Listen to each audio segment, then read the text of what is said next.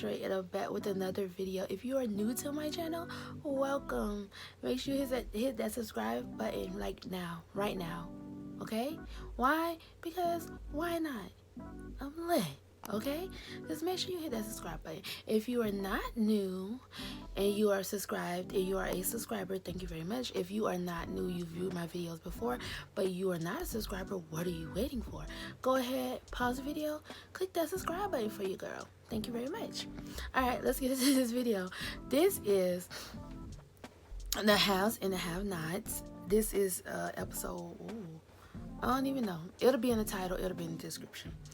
So this episode starts out, Wyatt is still antagonizing Catherine because, as you know, they both were arrested. Wyatt was arrested for shooting Jim and shooting at Catherine, and Catherine was arrested for killing Jennifer Salas a few seasons back. So yeah, they're both in jail, and he's still antagonizing her, you know, trying to get her to crack under pressure. And she's like, what is wrong with you? He says, you know what's wrong with me? You want to know what's wrong with me? You and him. You are what's wrong with me. I'm sorry, I hear the television over there. I hope, I'm going to try to edit it out. Hopefully you guys don't hear it, but I hear it and it's annoying. Anyways, he said that you are what's bothering, you are what's wrong with me, you and Jim. Wyatt is an asshole, like he really is. Like, I'm just like, Wyatt, why are you doing this to your mother? Do you really hate them that much that you not only tried to kill them, but now you're antagonizing her? And he's just relentless, and he keeps going. He says, oh, where are we gonna have his funeral? Let's talk about his funeral. And she was like, you're not gonna go to his funeral because you will be in here. And he was like, oh yeah, well, let's talk about it because you're gonna be in here too. So let's talk about why neither one of us will be going to his funeral. We'll both be in jail. Let's talk about that. Let's talk about us not being able to go to his funeral because we'll both be sitting in here. And he was like, why don't we bury him next to Amanda? And I'm like, oh my God, Wyatt is horrible. Wyatt just does not care. Catherine's like, this is a nightmare, and she just wants to wake up. And Wyatt was like, yeah, you're right, it is a nightmare. How do you think it feels living with y'all all these years? Like, that was a nightmare. And he was like, come on, let me know where Jim is gonna be so I can piss on his grave. And she was like, you'll never get that chance because you'll be stuck in jail. And she was like, he was like, well, you're gonna be here too. And she was like, you don't know how powerful I am. And he was like, well, you don't look too powerful right now. And she just was basically like, you know, that's the beauty of being a powerful person. People think you're weak, but they don't realize just how powerful you are. So I guess Catherine has a plan up her sleeve to get out of this. We'll see. David is at the hospital, and he learns that Jim is gonna make it. I told y'all Tyler Perry wasn't gonna kill Jim. I told y'all this, but I'm a little bit disappointed. Jim should have died. I don't know how entertaining the show would be without him, but he should have died. Anyways, so, and the way he's trying to control Celine, he's getting on my nerves, but Celine is adamant. Celine is like, I am not going anywhere. I am going to see him because he stopped paying child support, and my kids deserve to be taken care of, which is true. The kids have nothing to do with it, but at the same time, you should have thought about that before you open your lips to a married man that you already knew the type of person that he was. So, baby girl, you kind of bought this on yourself, okay? You bought this on yourself. Benny learns that Jim actually isn't dead. He learns that he is not dead. So Benny is a little bit disappointed because he wanted Candace to keep the money so Candace could start her new life. And so now he's stuck. He's not going to be able to get out of his situation because Jim is not dead. So Candace and Mitch go to the house, and Hannah thinks it's Benny, but it's not, of course. They tell her what happened to Benny. She's not happy that they were in a script club, but they're grown. So, and she gets a call from Benny, and he basically tells her that he's okay, but he needs to talk to Candace about the money. And he tells Candace that she needs to give Jim back his money. And Candace is like, no. She says she's not giving him anything until Benny is back home safe. So Candace and the kidnapper, they exchange words or whatever. And I'm just like, bro, you do not want to mess with Candace. Candace is one person. Like, Candace is trying to turn over a new leaf, but I could just see all these things that are happening is basically making her want to go back to the old Candace, and something is going to pull her back into being the old Candace. Something's gonna happen. I feel it. Even though I don't want her to, but I just feel it. Something's gonna make her go back to the old Candace. So Hannah is insistent on calling the police, but they tell her that she can't do that. She tells Candace that she needs to return the money, and Candace tell Hannah that even if they return the money, they're still gonna hurt Benny, because it's not about the money, it's about being in power, which is kind of true. I don't think Jim really cares about the money. I think Jim is just on a power trip like always and wants to prove that he's a big shot. That's basically what this is all about. I mean, of course, $8 million is a lot of money. Of course, I would want that money back too if it rightfully belonged to me. But I just don't. I think it's more than the money for Jim. I think Jim just wants to stick it to Candace, basically, in more ways than one. Anywho,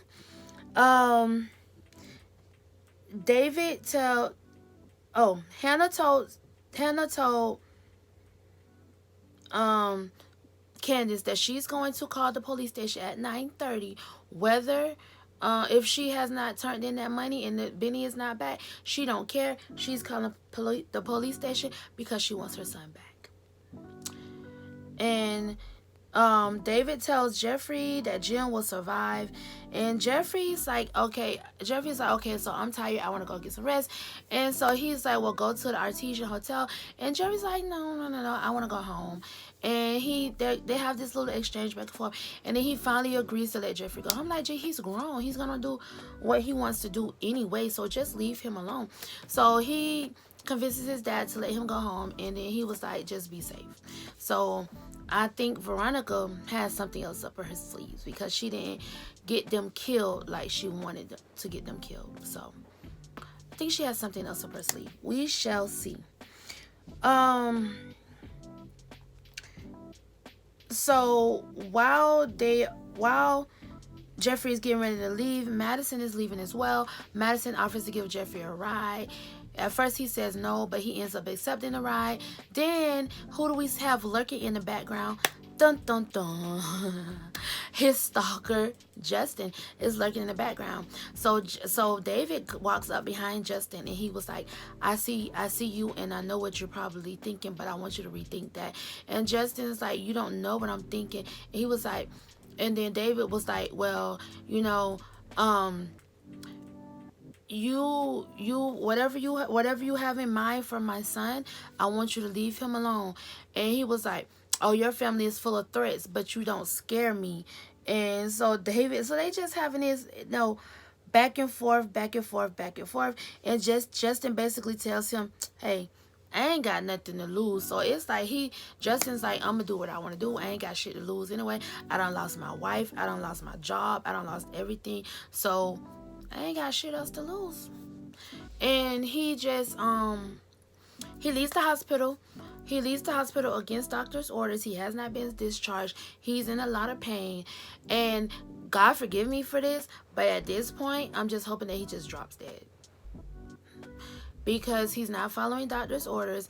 He's stalking Jeffrey still. So I'm just hoping that he's causing so much internal injuries to himself that he just poof, be gone. Sorry, not sorry. Charles is having his morning run, and I noticed, I was like, who is this new guy? It's not a new guy, it's Oliver. So I'm like, Oliver, you really let Landon bully you into cutting your hair? And I was like, I don't know. I guess it has to grow on me. I don't know why he cut it. Anyways, it's not important, but that just caught my attention. Um, so he Charles tells Oliver that he wants to speak to Landon. He tells Landon, he asked Landon, did he train Oliver? And Landon was like, yes. And he was like, well, I don't like him. It doesn't seem like you trained him very well. And Landon's like, oh, excuse me. And he basically tells Charles basically tells Landon that he wants him to stay on until they find a replacement for Oliver because he's not feeling Oliver. But I think Landon is going to end up staying on altogether. And he basically is running this article trying to make Candace look like a victim rather than a villain because he's trying to get back in Charles's good graces. So he's trying to get Candace back into Charles's good graces as well. So now they're going against each other. It's like Oliver is trying to paint Candace as a villain and Landon is trying to paint her as a victim. So Charles tells them they need to figure out, what their angle is, even though Charles really wants to be with Candace, but it's just too much going on. So David, the doctor tells David that he can see Jim, and Celine is trying to go see Jim, and the doctor basically made up some BS excuse, told her she can't go see Jim because since she works there, she has to have permission from her supervisor. So she leaves. And then he has a conversation with David. And he was like, who is that? And then he was like, so he told her, he told the doctor, that's a nuisance for Jim. And he was like, I can have her, I can speak to her supervisor. I can have her suspended if you want. And David was like, fired will be more better. And so he said, yeah, I'll fire her. How as a man, when you know that she has 2 children, would you allow this man to fire her? Like, that's not right. And that's why Veronica want to kill your ass now. Like, that is so wrong. You know this woman has 2 little kids to take care of. Okay? By your bastard of a friend, and you want to get her fired from her job, the only source of income that she has to take care of her kids. Everything you get, David, everything that's coming to you, you deserve it. Because that was wrong. So he goes in and talks to Jim. Jim asks him, where's Catherine? He tells him that Catherine was arrested. He also tells him that Wyatt was arrested. And then he says that Wyatt was an idiot. He didn't check the bullets. Those were quail bullets. They fit into a shotgun, but they weren't regular shotgun bullets, and they weren't filled all the way. They were only filled halfway, whatever quail bullets are.